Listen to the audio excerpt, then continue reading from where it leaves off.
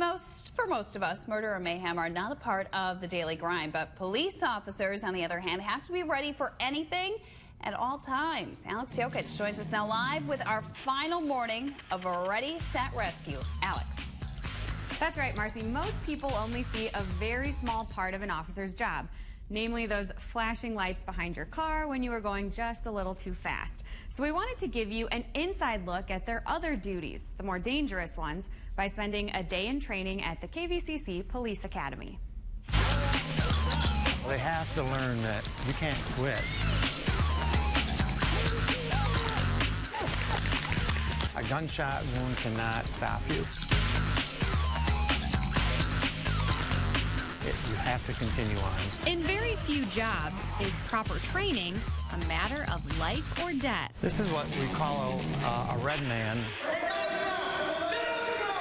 This drill tests a cadet's ability to control an unruly subject.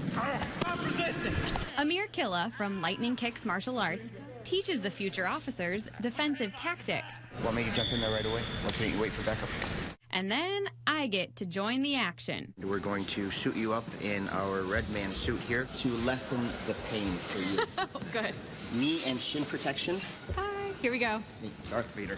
Okay. All suited up and ready for our scenario. We're going to have a domestic. Okay. Your husband, your significant other beat you up. When they go to take him in custody, she's going to turn on the officers. Just slaps and stuff. No punches today, no punches. Keep in mind, the cadets have no idea how this is about to unfold. Portage and Jackson. They're trained to use verbal commands before physical force. Stay right there. Don't move. Stay right there. But nobody listens, and it becomes a big human pretzel. Get off of him! Damn, Steven! Get off of him! We've learned that suspects will take advantage of you if you don't take control of the scene. So I want you to stop touching him! It's a lesson in situational awareness, constantly watching what's happening around them and making smart moves in the heat of the moment. Which apparently they did. Afterwards, the group discusses their decisions. Tried pulling his arm off. I got the chihuahua over here nipping at me. And I had to take her down, and then I started kneeing him. And moves on to the next exercise, a potentially deadly one. So this is a Glock 17, all right? This time, my partner and I are armed robbery suspects. And then aim at the tree. Perfect. Don't worry, it's just paint.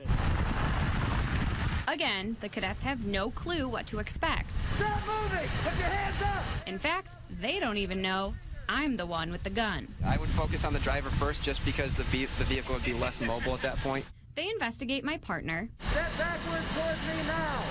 And then focus their suspicions on me. Passengers, step out of the vehicle slowly. If you have a seatbelt, undo it. That's my cue. Your head. Step forward. I take a pang to the leg. Drop the gun. And the cadets take us criminals into custody. Now, of course, those are just two of the scenarios the cadets faced in their 16 weeks at the Academy. We still have much more to come. Tune in at 6:15 to see if we can successfully save a drowning baby or survive an ambush. Oh, welcome back. It's the very last installment of our special series, Ready, Set, Rescue. Every Monday this month, we put our own Alex Jokich to the test, sending her off to train with first responders from different departments. She joins us live now after spending a day at KVCC Police Academy in Kalamazoo. Alex. Well, Marcy, in our last hour, we jumped right in with the cadets as they learned how to control an unruly subject and make a dangerous felony stop. And the scenarios didn't stop there. Police have to be prepared for every call to take a crazy turn. So there's no quitting. they have to know what they're doing when they leave here. Here in the Great Lakes state, water training is particularly important. In Michigan, our cops are going to be less than a mile from any body of water, so they're going to be dispatched to it. So we want them to be aware of how to keep themselves safe and how to effectively do the rescue. Drill Sergeant Todd Christensen gives us the game plan.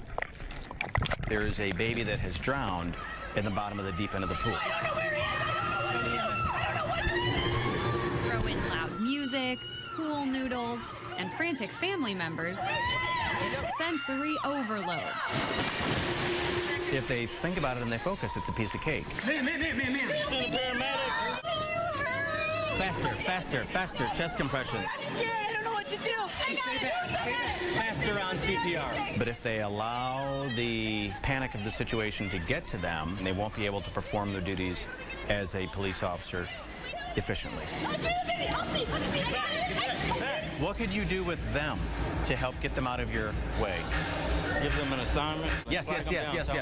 Give them something helpful to do. Wait for the ambulance. 90% of the cadets get the rescue done correctly in less than 2 minutes. Very good. Scenario terminated. From water to weapons. All right, here's the scenario. It's about 2 o'clock in the morning. You three are on patrol, and you get sent here for a motion alarm inside the warehouse. Little do they know, around the blind corners, everyone is armed. Drop the weapon right now. Drop the weapon. Drop it. Okay.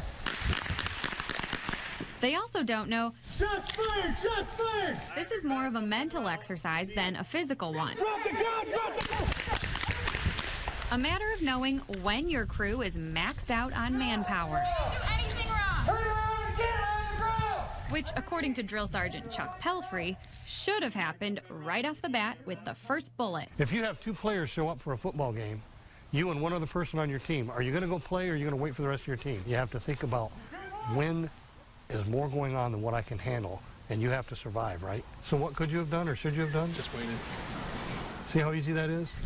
Of course, there are a million ways a real-life call could unfold. And cut! Training is just the beginning of a lifetime of lessons to be learned out on the job. Now, of course, we'd like to thank the KVCC Police Academy for letting us join them for our final Ready, Set, Rescue segment this month.